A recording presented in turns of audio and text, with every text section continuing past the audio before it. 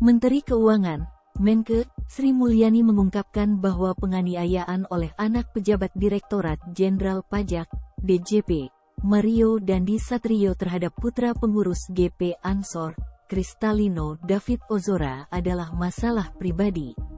Dilansir dari tribunnews.com, menurut Sri Mulyani, permasalahan itu justru berdampak besar ke Kementerian Keuangan dan Dirjen Pajak itu sendiri.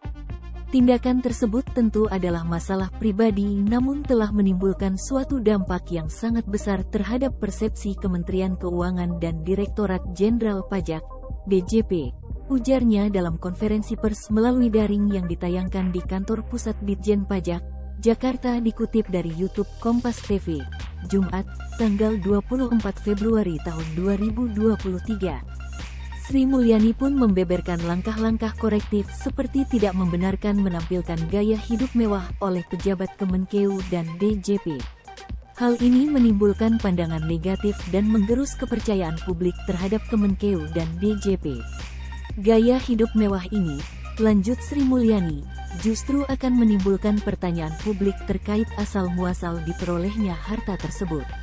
Perilaku tersebut jelas mengkhianati dan mencederai keseluruhan jajaran Kementerian Keuangan dan saya juga yakin mereka semua sebagian besar telah dan terus bekerja dengan jujur, bersih, dan profesional.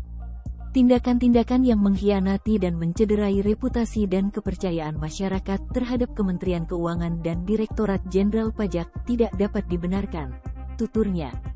Langkah korektif kedua yang dilakukan adalah memperkuat 3 layar pertahanan dari Kemenkeu.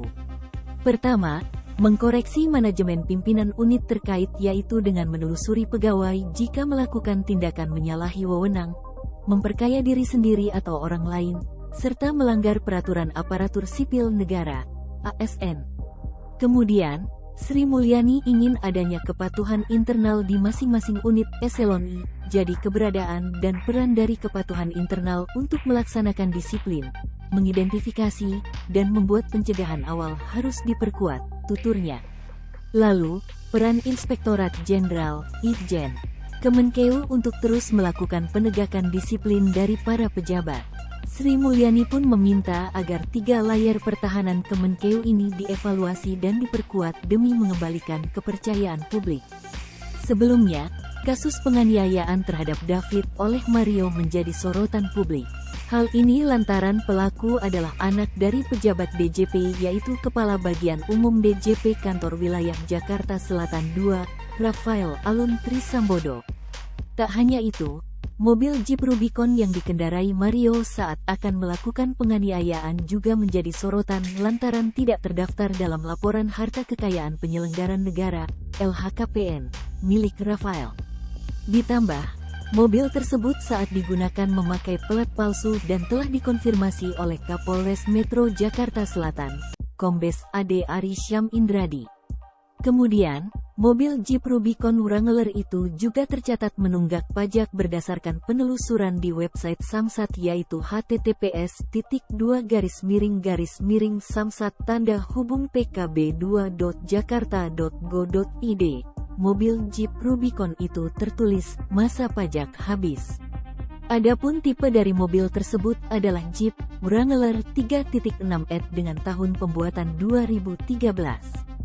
Tak sampai di situ, kekayaan Rafael pun dicurigai publik lantaran tidak sesuai profil dirinya sebagai pejabat DJP Eselon 3 yaitu 56,1 miliar berdasarkan LHKPN yang dilaporkan ke Komisi Pemberantasan Korupsi, KPK, tahun 2021. Bahkan hartanya melebihi pimpinannya yaitu Direktur Jenderal Pajak, Suryo Utomo yang memiliki kekayaan sebesar 14,1 miliar rupiah. Kemudian, harta Rafael juga beda tipis dengan Sri Mulyani yang memiliki kekayaan sebesar 58,1 miliar rupiah. Sehingga selisih harta Rafael Alun dengan Sri Mulyani sekira 1,9 miliar rupiah.